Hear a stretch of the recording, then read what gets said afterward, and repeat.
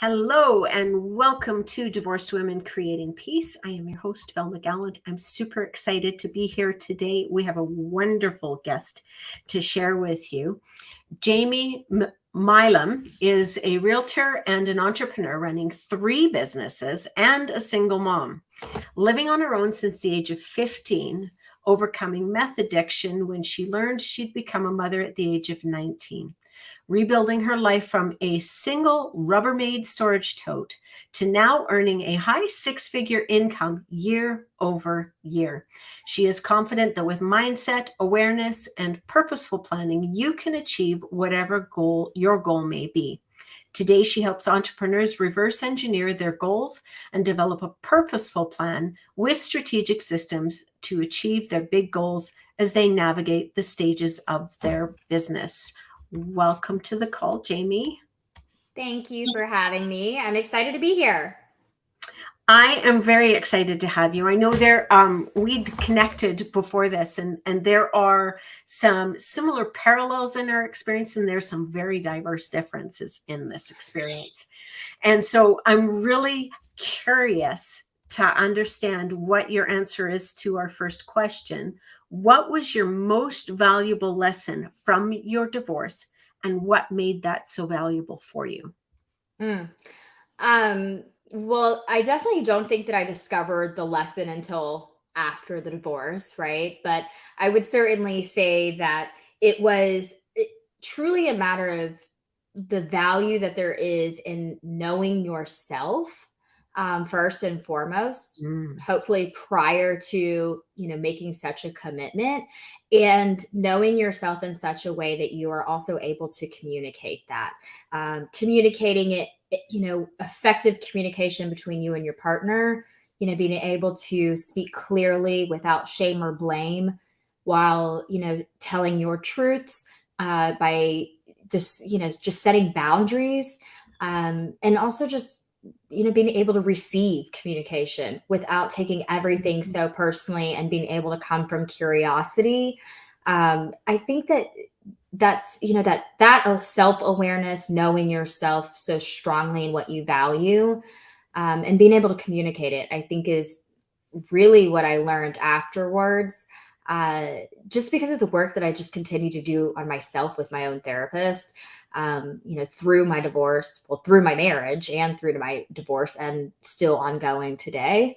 I wish I had known those things in advance. I think that things would have gone very differently, whether it was very differently from the get-go and not getting married, or very differently in how we communicated throughout our marriage. I love that. So there's a lot of juicy stuff in there. I mean, one of the first things I want to point out, and I partly because I'm quite an advocate for this, is that you've given yourself the gift of a therapist before, during, and after. So during your marriage, during the divorce, after the divorce, you gave yourself the gift of a therapist. And I phrase it that way deliberately because I want the people who listen to this to understand that that is a gift to yourself and you deserve it. You deserve that kind of support.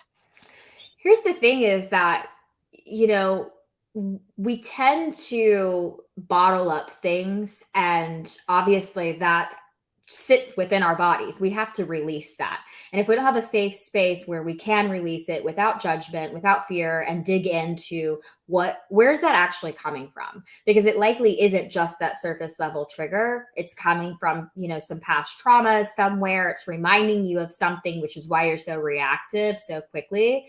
And we have to have a space to release it, if anything, to just talk about it, and not for just the validation of the venting, right? But to really dig into that. And the real beauty, and I'm glad that you pointed out, because it is very true. It was, prior to us getting separated, we were doing marriage therapy together. And in that work, I had decided, I need to have a separate space myself. And eventually I kept that space and we ditched the marriage therapy. And I kept on through it through the separation, post, divorce being complete. This coming April, May, our divorce will have been finalized for a full year even. And I'm still with my therapist, because the thing is that this is a journey, and every piece of this has brought in a different season to explore opportunities to get to know myself better, to explore safe spaces, in other social dynamics, to be able to express boundaries, to communicate needs and desires, in a safe manner, right? And to recognize things that just say to me like, yeah, no, I'm not okay with that. And to either accept it for what it is and stay in the space, or to recognize this isn't a space that I want to be in. And so the ongoing therapy has been massively important, because yes, you still have challenges to get used to the new norm of back to being single, but then also getting back out there, right? Like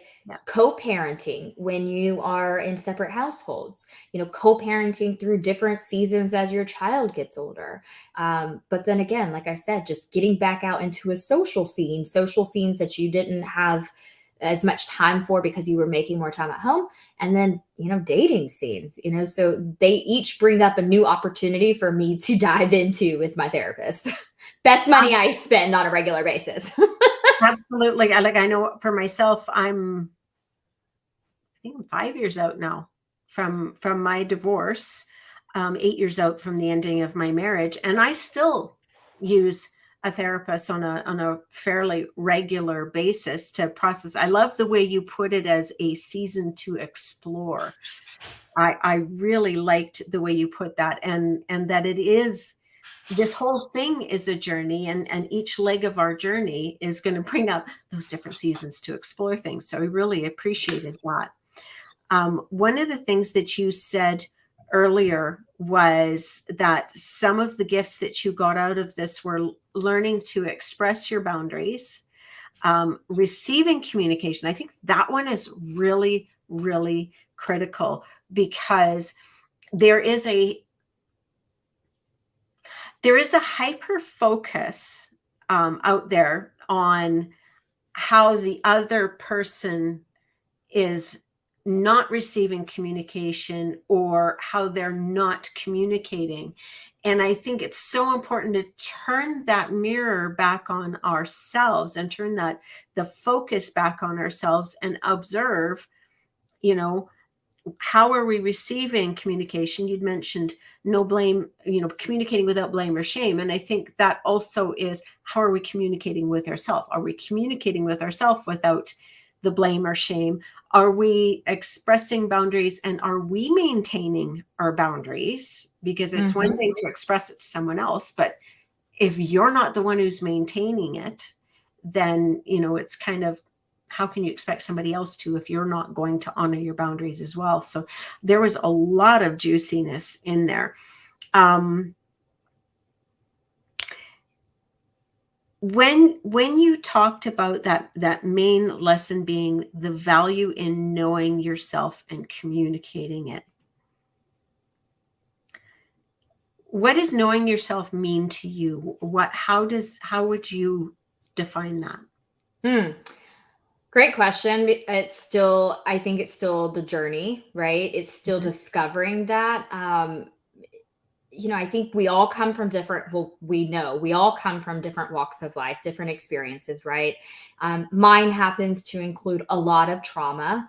As you mentioned kind of in my intro, I've been on my own since I was 15. I'm a victim of sexual violence. I was a drug addict. A lot of the drug addict, season was numbing out. I think probably a feeling of, just not being wanted, and not having parental boundaries. And so I think that between many of those things, and then, even post having a child at 19, I still entered into domestic violence relationships. They progressively got less, I guess you could say, because I started to put a foot down a little bit more and more, but they were still there, right? So each time it was a little bit more like, well, this one's not as bad, and it felt like progress. And I think that that's part of it, is knowing myself well enough to be able to express like what I enjoy.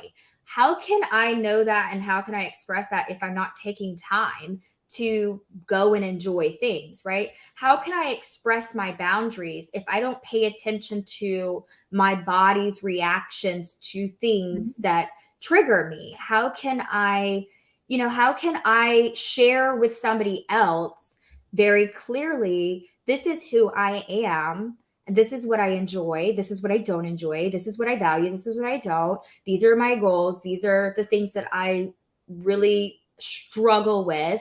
If I don't take time to get to know those things about myself, and I'll be frank, I've said this for a very long time, even with my exes, I think that we just really did not take the time to get to know one another in a very curious way. And I can only speak for my side of things, of course, but I think a big part of that was because I didn't know myself well enough. I was still figuring out myself. I was still in survival mode. I was 7 years post, my son being born. But at the same time, I was less than a year post from my most recent, violent relationship that we cohabitated together. So I had not taken time to heal, to process. And that's on me, right? It comes with time, but I really think I wasn't ready. And so now what I know is that I don't want to repeat this. I don't want to repeat the same mistakes. And so, of course, now I am older and I have taken a lot more of that time to pay attention to those things. I mean, with my therapist, I've done a lot of work. The very first session I said to her was, I feel like I don't even have a gut feeling anymore. I can't tune into an intuition. Like, I'm second guessing everything. I'm on the fence. Do I stay? Do I go? I don't know how to make a decision. And I'm questioning all of the thoughts that come with that. And I said, I just really want to get in tune with my intuition again. And I mean, God bless her. She's brilliant, apparently, because I feel like now I'm so in tune with my tuition because I've done so much work to pay attention to my body's reactions to things. And that is both negative and positive, like the things that just excite me, that bring me great energy, that don't drain me, that make me feel lit up, that bring me calm and peace and tranquility. I mean, tranquility is a word I don't even think that I was really like in tune with whatsoever, or had even used my vocabulary until maybe the last year. Because I just recognized like some relationships in my life, in environments, truly do bring me a place of tranquility, meaning it's so peaceful and I never feel like anything is expected of me when I'm there, which allows me to feel like I can show up fully myself. And there are definitely things that I go home, sometimes and just, process. Like, if I notice that something stood out to me, if something kind of triggered for me. I mean, sometimes I even go into my calendar drop with my therapist, and I plug in a note so I can go back and revisit it, and I think that that's it. This is a journey. I'm not going to say that I know myself 100%. And I've also done a lot of progress with releasing the expectation that I'm supposed to have it all figured out, and that I'm supposed to know exactly what I want and what I don't want, and that it's all got to be black and white. That's really hard to do for me, because it's, again, I plan. That's my thing, right? That's been what's dug me out of holes. And so releasing that expectation as well, and having grace and letting this be a fluid process, has been, really successful in just bringing that space of calm and just, again, forgiveness and pace through this, right? Living, I think grace is the best word for that. I love that word personally. I know for myself, as I was dealing with some of the high conflict matters, I managed to connect with women who had very similar circumstances. And she sat down just one day and had coffee with me and just shared, so that I didn't feel alone, which is, again, part of the purpose of this show, is I want people to know that they are not alone. Somebody has experienced something similar enough. And the words that she gave me to stand on as I was experiencing the high conflict aspects of the separation was strength, grace, and dignity. Mm. And so those were the things that I chose, that I would always respond with strength, grace, and dignity. If I could do that, I could make it through this. I loved the word that you chose of tranquility. I really love that word, because I know, I mean, the show's called Divorced Women Creating Peace, and tranquility is like peace, like amplified. Yeah. Right? Yeah. I remember the first time that I'd said it, it was actually in a therapy session, and I was describing a certain dynamic that I have in my life. And, I was just, because I was reading it in Brene Brown's book. Forgive me, I can't even think of the title, but it's a big red book where she just talks about all the different emotions. And when I read about tranquility, immediately what came to my mind was I could immediately envision this specific environment with the dynamic that I'm in. And I'm like, that is tranquility for me. Like, nothing is expected of me. And I will tell you that part of the peace that comes with that is, again, it's like a combination of all these things. It's I've released expectation. It is a dynamic of, I'm re-entering very slowly into the dating world. And I'm very straightforward and upfront with this person that I'm not currently looking for anything that is long term, in the sense of, like, I'm not looking for my next husband, like, Mhm. I'm still, I want to just be casual and have a good time, but I don't want to just be all over the place. And he's recently divorced as well, so he understands. And that's been helpful because there's no expectation, there's no pressure. And so it allows me to test out this comfort and safety in communicating. And when you said strength, grace, and tell me the last one again. Dignity. Dignity. Yes. So those three reminded me of this, because I've learned that if I come from curiosity, when something felt kind of triggering, so this kind of feeds into that receiving communication, right?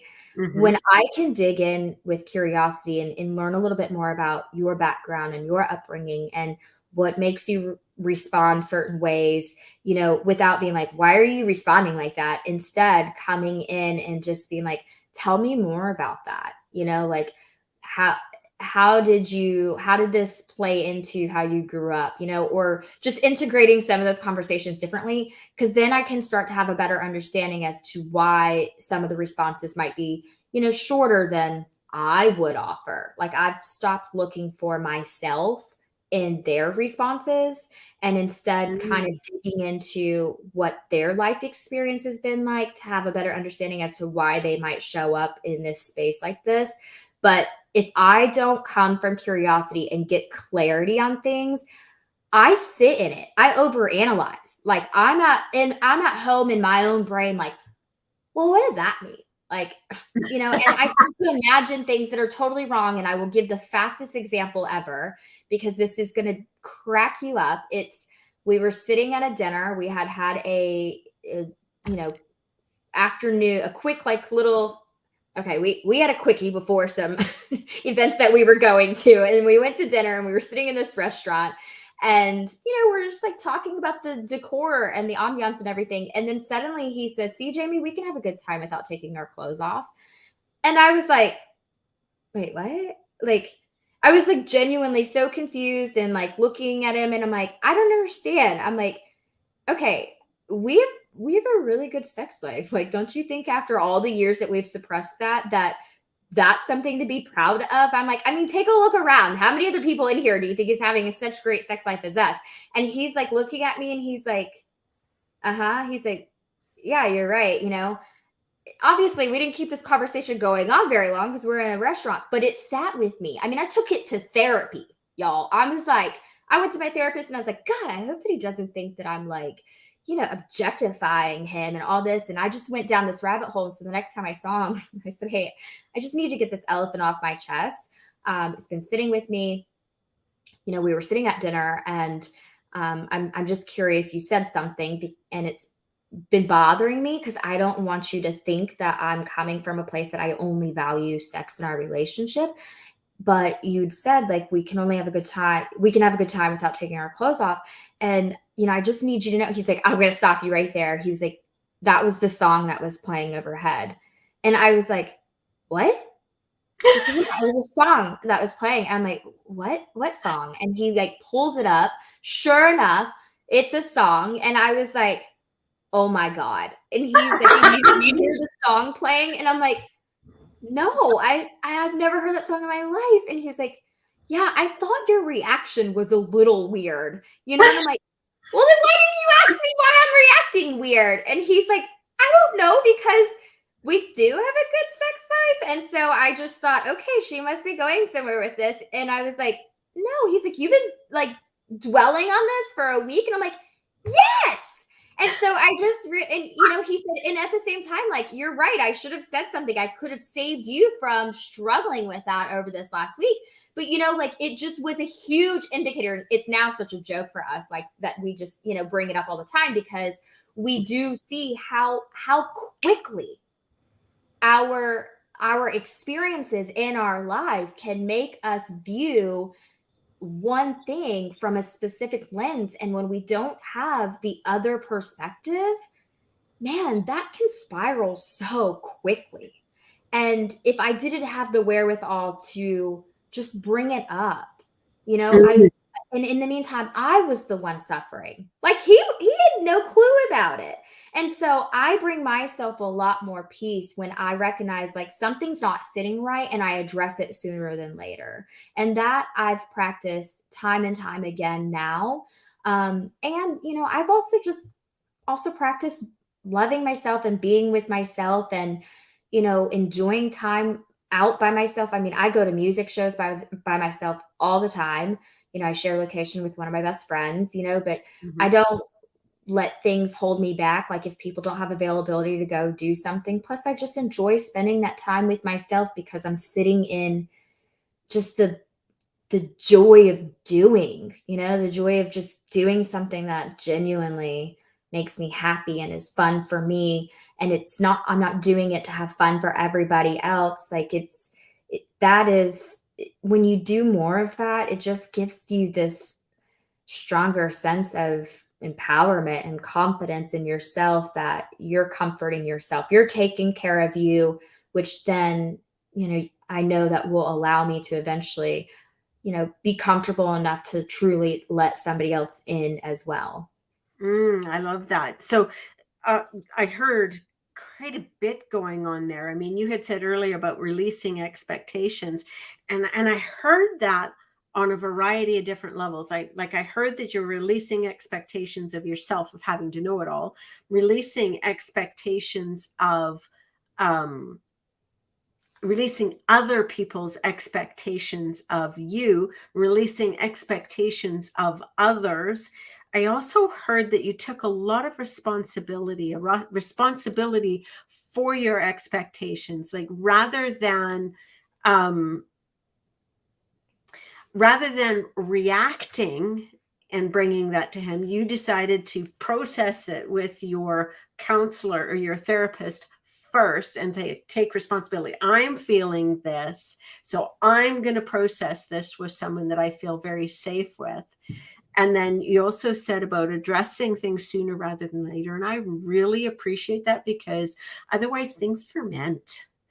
Or we end up avoiding them because they either ferment and they like boil and they spiral into this imagined perception and this default perception that we've had in our pasts, or something else comes up, another life event that could relate to this person or not.